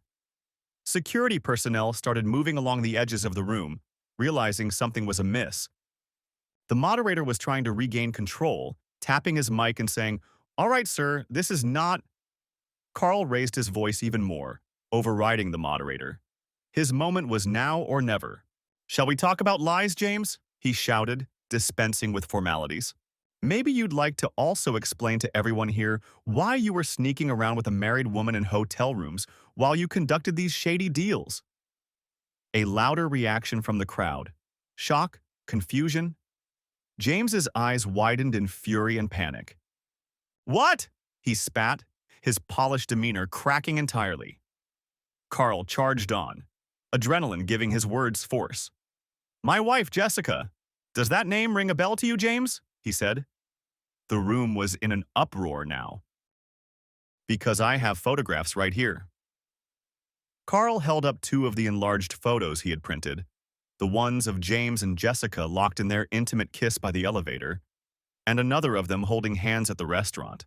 "Here is James Callahan, champion of investor trust, committing adultery with my wife during one of her so-called business trips." A cacophony erupted. Some audience members gasped or laughed in disbelief. Others were already pulling out their phones to snap pictures of the photos Carl held aloft. Reporters were scrambling, one shouting, "Sir, what is your name? Can we see those documents?" James was as white as a sheet, then flushed red with anger. "This is a smear job," he yelled, leaning toward his mic but forgetting it was off in his agitation. He ripped it off and started to move around the table as if to come down toward Carl. "Security, get this man out of here!" 2 security guards had reached Carl, each taking an arm. They were firm but hesitant. This wasn't a typical removal of a heckler. This was something bigger, and half the room seemed to be on Carl's side wanting answers. Carl didn't resist the guards, but he kept speaking as they grabbed him. "These photos don't lie, James. Neither do bank statements and corporate filings," he shouted over the commotion. He saw James stepping forward on the stage, looking like he might jump off to physically shut him up. But one of the other panelists put a hand on James's arm, perhaps fearing an even uglier confrontation in front of cameras. Carl allowed the guards to escort him toward the exit, but not before thrusting the stack of evidence papers toward the nearest cluster of journalists. "Here, see for yourselves," he said. A woman from the Seattle Times snatched the documents eagerly. and a cameraman trained his lens on the top pages, which clearly showed a flowchart of transactions and James's name in print. Mark, true to his promise, also moved in, handing out a few USB drives with copies of files that he and Carl had prepared to at least 3 different reporters in the fray. As Carl was led out of the hall, he could hear chaos behind him, dozens of voices rising. The moderator was feverishly saying something about taking a short break. James was off microphone but yelling. Words like fabricated and lawsuit could be heard. But the seed was planted. The evidence was literally in the hands of the press, and many witnesses had seen the photos and heard the allegations. There was no containing it now. In the corridor outside the ballroom, the guards led Carl a short distance before stopping. One stepped in front of him, looking stern. "Sir, we're going to have to ask you to leave the premises. You just disrupted—" "I know," Carl interrupted, breathing hard from the intensity. His heart was still pounding, but a grim satisfaction was blooming in him. "I'm leaving. Don't worry." He noticed the guard's eyes dart to the conference badge on Carl's chest, reading the name. The guard's stern expression faltered just a little, likely piecing together that Carl wasn't some crank off the street, but in fact the man in those salacious photos, the wronged husband. The second guard, a bit gentler, said, "It might be best you exit before Mr. Callahan or someone sends the police over." Carl nodded. Understood. In truth, he had half expected to be detained by law enforcement, but it seemed James hadn't had the presence of mind to arrange that. He was probably still inside trying to douse his suddenly raging inferno of a public relations crisis. Mark slipped out of the ballroom and appeared by Carl's side a moment later, clutching his phone and the now empty briefcase. "I got the whole thing on video," he whispered excitedly to Carl. "And they've got the evidence. It's out there, man." One guard looked like he might object to Mark lingering, but Mark held up his conference badge and said, "We're leaving now." The guard didn't stop them as they started walking down the hall. As they hurried out of the hotel into the brisk afternoon air, Carl felt a surge of triumph mixed with emotional exhaustion. It was done. His hands were trembling slightly from the adrenaline dump.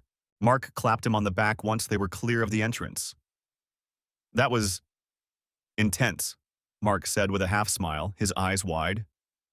"You okay?" Carl let out a long breath he didn't realize he'd been holding. He found that he was smiling, a little wildly. "I think so," he replied. "Better than I've been in a long time, actually." They stood on the sidewalk for a moment. Through the glass front of the hotel, they could see conference attendees buzzing around inside. It wouldn't be long before the news started spreading beyond those walls. Carl suspected that within the hour, if not minutes, Twitter feeds and email inboxes at regulatory agencies would be buzzing with this story. "I should get out of here," Carl said, suddenly wary of the possibility James might come storming out with actual police or lawyers. He had no intention of sticking around for any potential confrontation beyond what he'd done. Mark agreed. "My car's in the lot around the corner. I'll drop you at your hotel or the airport, wherever you need." They hurried away, turning the corner just as a couple of people emerged from the hotel doors, talking animatedly and looking at papers that Carl recognized as copies of his evidence. He had done it. He had publicly exposed James Callahan for both his criminal activities and his affair with Jessica. Sitting in Mark's car a few minutes later, Carl finally allowed himself to relax slightly. His phone was vibrating incessantly in his pocket. He took it out and saw dozens of notifications, mostly news alerts from the outlets he'd set to monitor anything related to James, and a few texts.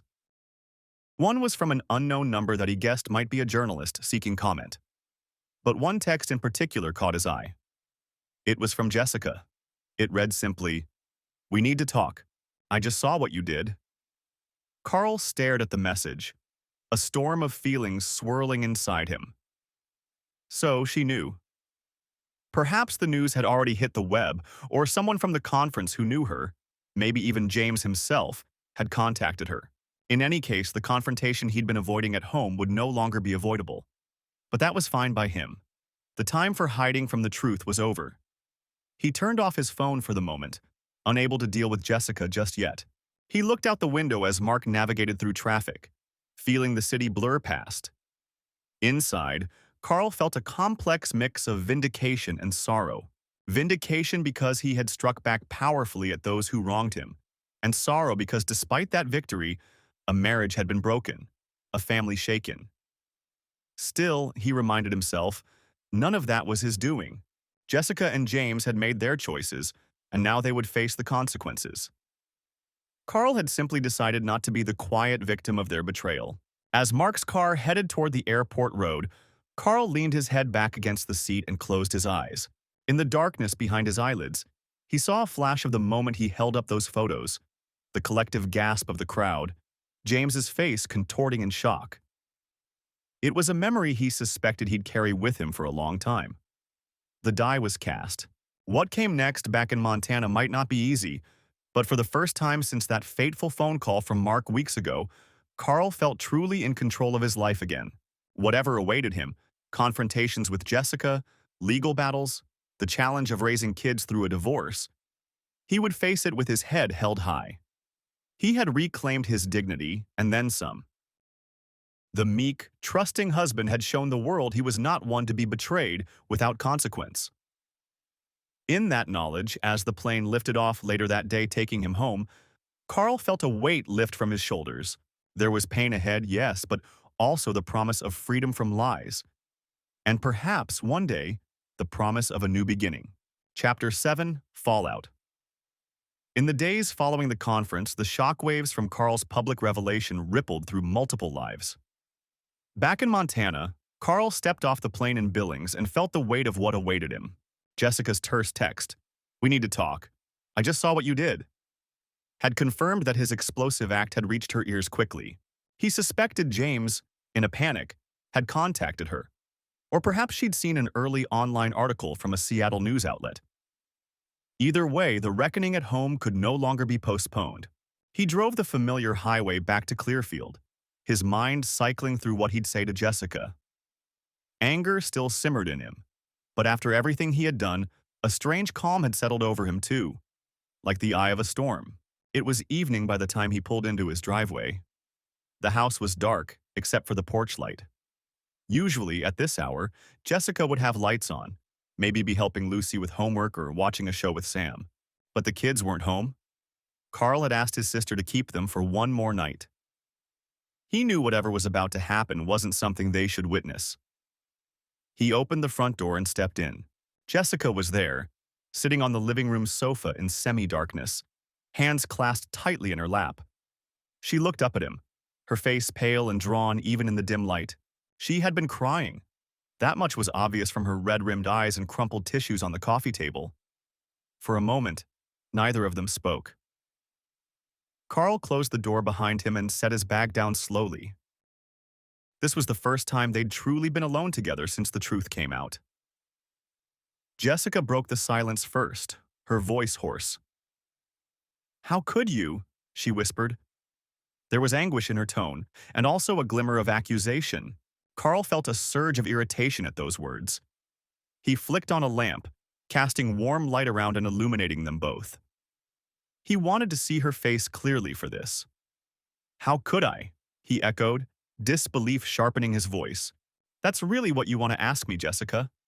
She stood up, arms wrapping around herself as if cold. You destroyed us, Carl. You destroyed our family's privacy, my job." Her voice caught. "Martin called me this morning. I've been fired. Effective immediately." Martin was the owner of the grocery store where she worked. Carl wasn't surprised. Even if word hadn't spread through Clearfield yet, Jessica likely confessed, or the pretense of those business trips was obviously shattered. Either way, trust was broken, and small businesses in small towns didn't like scandal. "You destroyed our family long before I did anything, Jess," Carl replied, trying to keep his tone measured but unable to hide the bitterness. "What did you think was going to happen? That you could keep sneaking off with James forever and I'd never find out? That you'd just go on lying to my face, lying to our kids while sleeping with him?" She flinched at his blunt words. "I never meant to hurt you," she said miserably. "It just happened. I know that sounds like a terrible excuse, but I didn't know how to stop it." Carl shook his head slowly, anger rising. No, affairs don't just happen. You made 1,000 small choices that led to that hotel room. Every message you sent, every lie you told me about a work trip, every time you bought a plane ticket, those weren't accidents. You chose him. Over and over, you chose him. Tears spilled down Jessica's cheeks. I'm sorry, she choked out. God, Carl, I am so sorry. I was weak and stupid, and I've ruined everything. She stepped toward him, hands out as if to touch or plead. But Carl took a slight step back, and she stopped. Sorry you ruined everything, or sorry you got caught, he asked, voice cold. She sobbed softly and wiped at her face. Both, she admitted. I don't know what I thought. That maybe I could keep that part of my life separate, and no one would get hurt. I was fooling myself, and when I realized that, I didn't know how to end it. James kept saying he loved me, that he could offer me so much, and I was afraid of what telling you the truth would do. I was cowardly. Carl looked at the woman he had loved for years and searched for any of the person he thought he knew. He believed she was remorseful now. Her regret looked genuine, but he also believed that if he hadn't exposed the affair, she would have let it continue, lies and all, as long as she could. That betrayal was too deep to undo with apologies. It's too late, Jessica, he said quietly. I'm filing for divorce. Saying the words aloud brought a strange mix of pain and relief. His voice trembled only slightly on the word divorce. Jessica's shoulders crumpled and she covered her mouth, trying to suppress a cry. After a moment, she nodded. I figured, she whispered. I don't blame you. There was a heavy pause. Carl rubbed a hand over his face, suddenly exhausted. I have to ask, he said, dropping his hand. Why? Why him? Was it just because he was an old flame? Was our life so unsatisfying? She looked at him, eyes brimming with sorrow. Our life is wonderful in so many ways. You're a good man, Carl. A great father. I never stopped caring about you. It wasn't that I was unhappy at home. At least not in the way you might think. She took a shaky breath. James, we reconnected at a college reunion a couple of years ago before any of this started. He reached out afterward, just friendly at first. I was flattered, I guess. My life here had started feeling so predictable. Every day the same routine, work, kids, dinner, bed. And he was this successful, exciting person from a past I barely remembered. I should have shut it down when it started turning into flirting. I knew it was wrong, but I didn't. And when he suggested meeting, I lied to myself that it was just a harmless rendezvous. Then one lie led to another. It was never about hurting you or the kids. I was selfish and wanted... She struggled for words. I wanted to feel that excitement, that passion. And with you, I took for granted the steady love we had. I was an idiot. Carl listened, his jaw tight. Her explanation, seeking excitement, taking him for granted, cut him deeply, but at least it was honest. He had worried she'd try to pin it on him somehow, say he wasn't attentive enough or something, but she owned it as selfishness and foolishness. It didn't absolve her, but it was something. Jessica continued, voice breaking. When you confronted James like that, publicly, I was terrified. Not just for him, but for me. I realized everything was crashing down. Everyone will know, or suspect. Our friends, our neighbors, the kids, oh God. She pressed her hands to her face. We will tell the kids in a careful way, Carl said firmly. They don't need all the ugly details, but they'll know we're divorcing and that it was because you broke our trust. I won't lie to them about that. Jessica nodded, tears dripping through her fingers. I understand, she whispered. As for everyone else, Carl went on, I don't really care what the neighbors think, to be honest. I'm done hiding. If people judge, so be it. This is on you and James. At the mention of James, Jessica lowered her hands and looked at Carl imploringly. What will happen to him? Have you heard anything? After the conference, it's been chaos. Carl almost laughed at the absurdity. Her lover's fate still on her mind even now. He felt a stab of jealousy and resentment. "You really want to know?" he said, not hiding the bitterness. She looked ashamed. I just, I heard he might be in serious legal trouble. I don't know what's true. He hasn't contacted me since it all went public. I think he's trying to save himself." Her voice cracked on that last part, as if realizing James was unlikely to be her savior in any way. Carl sighed and leaned against the archway. "From what I know, which is what's been reported online and what Mark relayed, James's world is falling apart. His investors are suing or pulling out of deals left and right. The authorities opened an official investigation immediately after the summit. Apparently, the evidence I provided was more than enough probable cause. Rather than stick around, James took off. Word is, he chartered a private flight to the Bahamas 2 days ago. There's talk of him heading to some country without an extradition treaty." Jessica closed her eyes, absorbing the information. The man she had risked everything for was now a fugitive.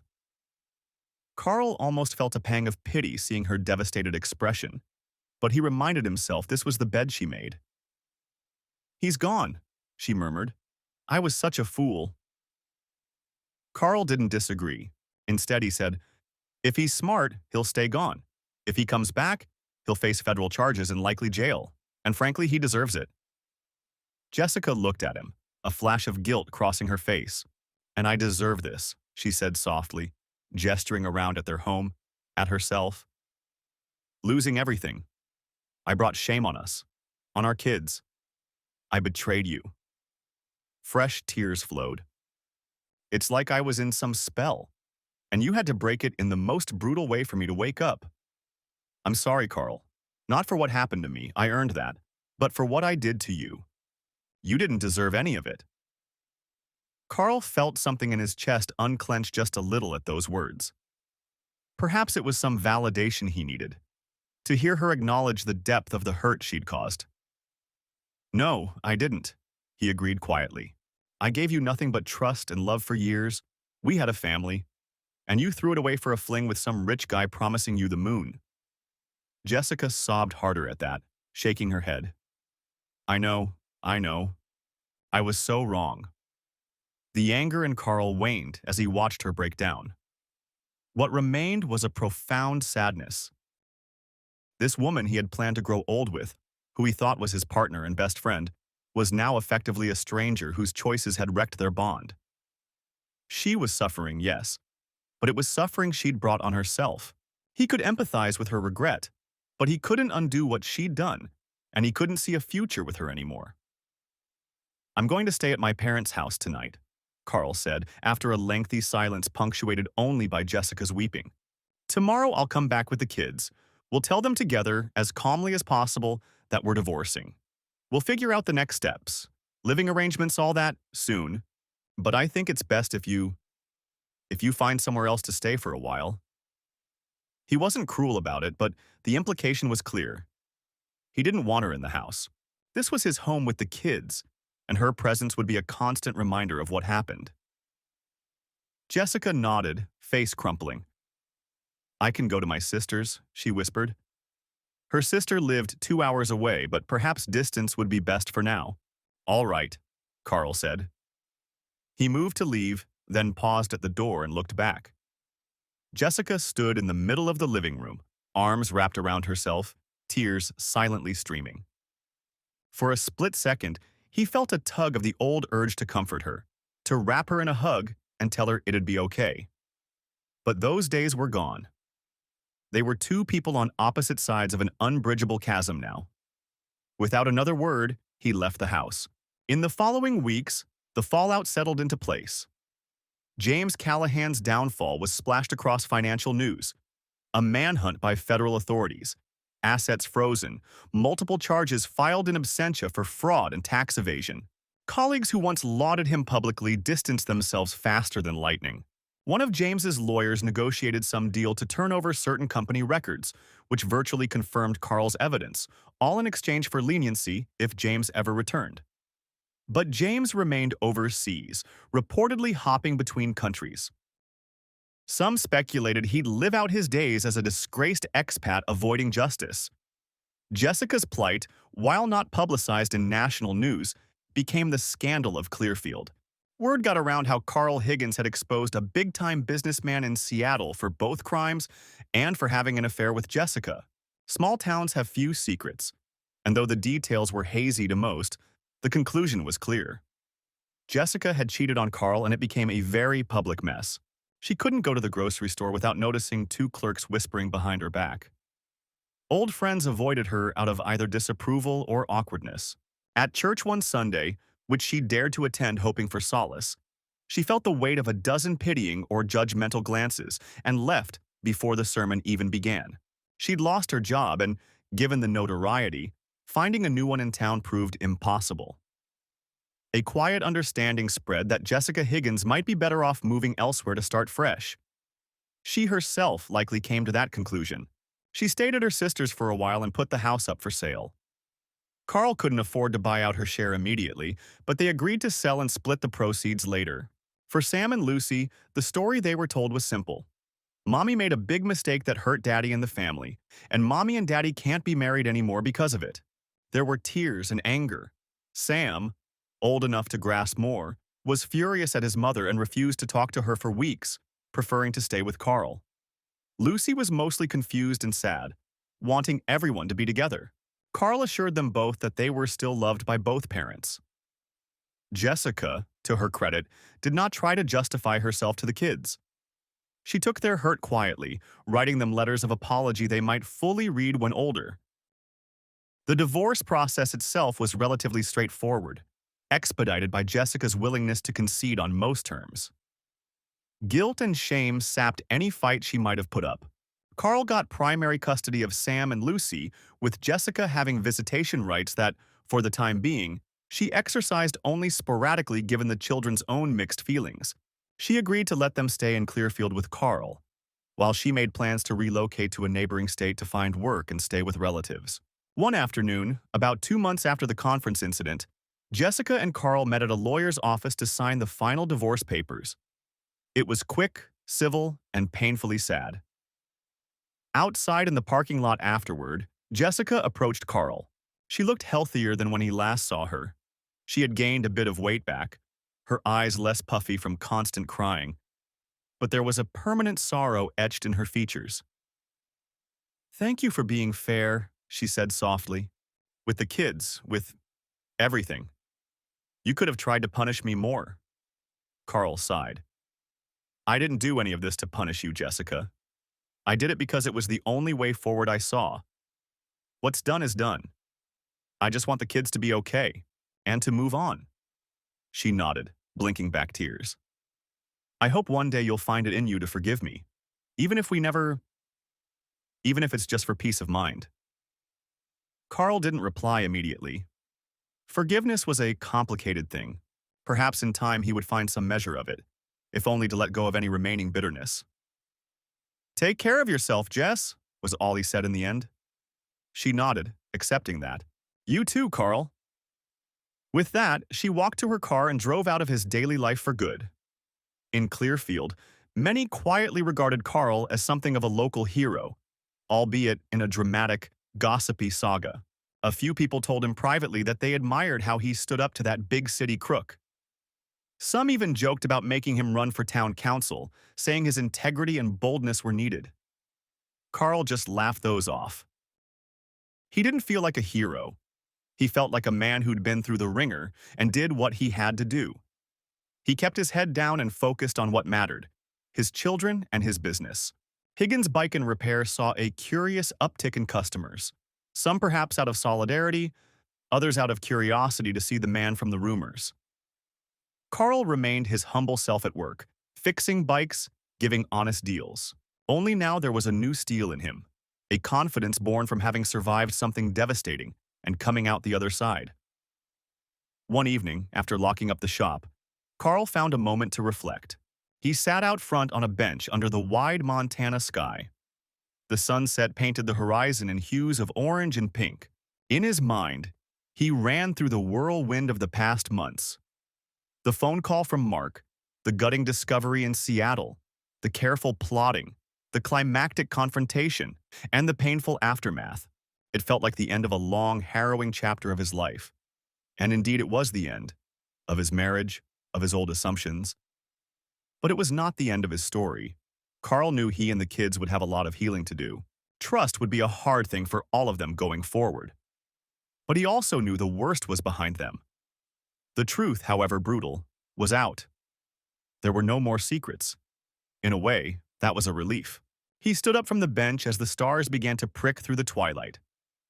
Time to get home and make dinner for two hungry kids. Life would go on, changed, but it would go on. Chapter 8. A New Dawn. A year had passed since the tumultuous events that shattered Carl's old life. In that time, he and his children found a new equilibrium, one day at a time. The pain of betrayal and divorce didn't vanish overnight, but as the seasons turned in the Montana countryside, so did the pages of Carl's life turn toward healing and hope. On a bright summer morning, Carl found himself exactly where he loved to be. In the garage workshop of his bike shop, sunlight spilling through the open doors, the smell of fresh coffee and bike grease in the air. Lucy, now 11, was giggling as she tried to hold a bike frame steady for him. "Dad, it's heavy," she complained with a grin, wobbling slightly under the small mountain bike they were assembling. "You got it, Luce, just a second more," Carl encouraged, tightening one last bolt. And done! He stepped back, and they together propped the bike upright. Lucy wiped her forehead dramatically. "Whew, mechanic work is hard. How do you do this all day?" Carl chuckled and ruffled her hair. "Years of practice and lots of secret snacks," he teased. From the front of the shop, Sam, now 14 and shooting up like a weed, called out, "Hey, Dad, someone's here asking for you." "Coming," Carl shouted back. He winked at Lucy. "Let's see who our first customer of the day is." They walked to the front showroom. A woman stood there, admiring a row of shiny new bicycles. She turned at their approach and smiled warmly. "Good morning, Carl." "Morning, Hannah," Carl replied, a broad smile spreading over his face. Hannah McLean had come into Carl's life 6 months earlier when she'd moved to Clearfield to take a job as a veterinary technician at the local animal clinic. She'd stopped by the shop one day with a flat tire on her bike and a friendly Labrador on a leash. Carl fixed the tire free of charge. "Welcome to the neighborhood," he'd said, and they got to talking. He learned she was recently divorced as well, having left an unhappy marriage back in Idaho. There was a gentle strength to her and an honesty that shone through her kind green eyes. In the months that followed, Hannah became a frequent presence. First as a friend who joined Carl and the kids on hikes, she taught Lucy how to identify wildflowers. She showed Sam how to gently approach horses at a nearby ranch. Slowly, that friendship grew into something deeper. Carl was cautious at first, his heart still tender. But Hannah's openness and steady understanding dissolved his walls. She knew what it was to be hurt and to heal, and she respected the scars he carried. Now, Hannah stepped forward and gave Carl a quick peck on the cheek, then tousled Lucy's hair affectionately. "I was on my way to the clinic and thought I'd drop off those oatmeal cookies I baked last night." She held up a tin, which Lucy immediately reached for with a cheer. "Oh yes, Hannah's cookies," Lucy exclaimed, earning a laugh from the adults.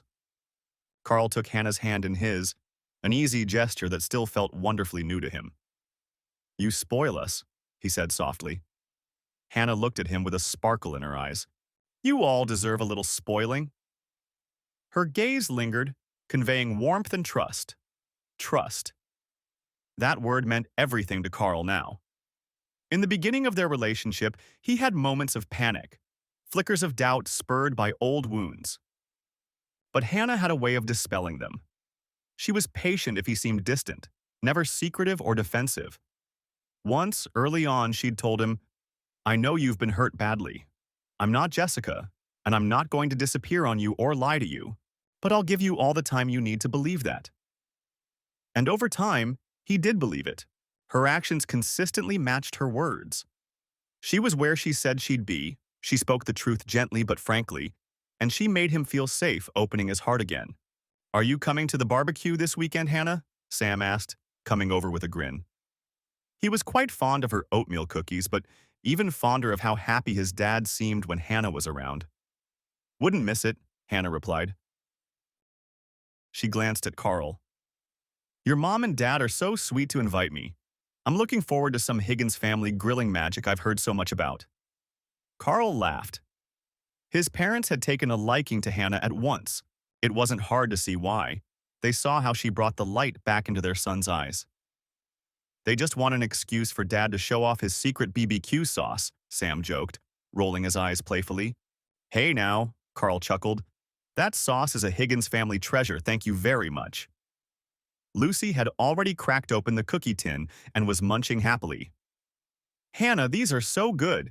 You're definitely coming to the barbecue, right? You can meet our cousins too. I'll be there, Hannah promised, smiling at Lucy. She checked her watch. I should get going or Dr. Miller will wonder if I got lost. Just wanted to drop these off. Carl walked her to the door, fingers still interlaced with hers. Outside, her bicycle with the now-repaired tire was leaning by the curb, the same faithful Labrador sitting next to it, tail thumping as he saw his owner. Carl gave her hand a gentle squeeze. Thanks for the cookies, and for, everything. She tilted her head, studying him with that caring expression. It's mutual, You've given me a lot, too. I never imagined I'd find… She paused, choosing her words carefully. Someone I could trust so deeply, especially after what I went through. But with you, it's easy. Carl felt a warmth bloom in his chest. A year ago, he couldn't fathom feeling this way again. You make it easy, he said quietly. He leaned down and kissed her, a soft kiss that felt like comfort and promise all at once. "Aw, you guys are so cute, it's gross," came Lucy's teasing voice from behind the shop door, which made them both laugh and break apart. "All right, I'll see you later, Mr. Higgins," Hannah said in a mock-formal tone, winking as she hopped on her bike. "Bye, kids," she called to Sam and Lucy, who had appeared at the door with mischievous grins. "Bye, Hannah," they chorused. Carl watched her pedal off down the street, the morning sun highlighting her figure. The dog trotted alongside her happily. He shook his head with a smile, still marveling at the turns of life. From heartbreak to hope, from betrayal to a second chance at love. What a journey it had been. He ushered the kids back inside. They had a few hours before the shop opened to finish assembling that mountain bike, and he wanted to teach Sam how to adjust the brakes properly. As they got back to work, Sam chatting about an upcoming bike race in town and Lucy sneaking another cookie, Carl felt a swell of contentment. Life was different now, yes. It wasn't the picture-perfect family portrait it once was, but in many ways, it was richer and more honest. He and the kids had grown closer through their trials. He'd learned his own strength and gained a deeper understanding of what he needed and deserved in a partner. And he'd found Hannah, who brought laughter and kindness into their lives, not replacing what was lost, but building something new and sturdy alongside him. That evening, after dinner, Carl sat on the porch with Sam and Lucy, watching the fireflies dance over the lawn. The kids were talking about school and friends, normal, happy kid stuff. Lucy was excited about joining the soccer team, and Sam was debating whether to try out for the high school baseball team next year. Carl listened, chiming in with encouragement now and then, but mostly just soaking up the moment. He realized he felt at peace. When the kids went to bed, Carl lingered outside for a few minutes, looking up at the vast, starry Montana sky. A gentle breeze stirred the pine trees. In that quiet moment, he thought about the road behind him. Painful, yes, but it led to here. And here was good. He pulled out his phone and scrolled to a contact he hadn't used in a long time. Mark Thompson. Smiling, Carl typed out a text. Hey Mark, just wanted to thank you again. You saved me back then by telling me the truth. I'm doing really well now. Got the kids and a great woman by my side. If you're ever back in Montana, beer's on me, brother. He hit send, imagining Mark's surprised grin when he got that message. It felt right to acknowledge how far he'd come, and who had helped him along the way. Heading back inside, Carl turned off the lights and checked on the kids one last time. They were fast asleep, faces peaceful. He gently closed their doors and went to his own bedroom. The room felt different now. No ghosts of the past, just a clean space where he slept soundly, his conscience clear. Before climbing into bed, Carl took a moment to reflect. His marriage with Jessica was a chapter that ended in tragedy, but it didn't define the rest of his life. He had chosen to not remain a victim, to stand up for himself and his family, and ultimately to forgive, not just Jessica, but also himself for any misplaced guilt he'd carried.